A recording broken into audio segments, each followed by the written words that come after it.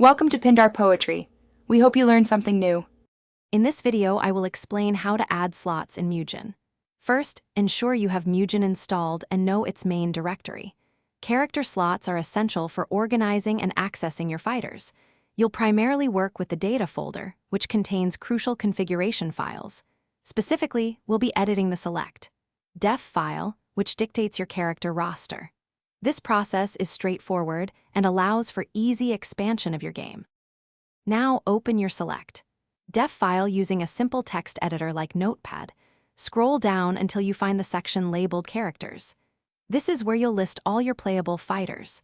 To add a new slot, simply type the character's folder name on a new line. For example, if your character is in a folder named Ryo, you'd type Ryo here. Remember to save your changes after adding new entries. Before adding a character to select def, make sure its files are correctly organized. Each character needs its own dedicated folder within Mugen directory.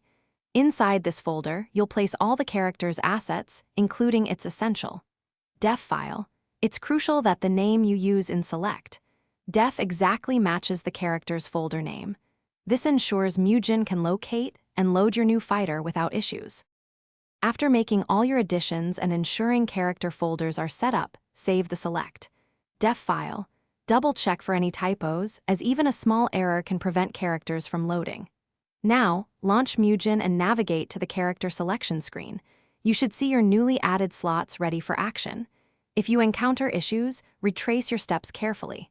Also, for other great deals and to make meal prep easy, check the link in the description for some fantastic leak-proof containers. Thanks for watching. Consider subscribing if we helped you.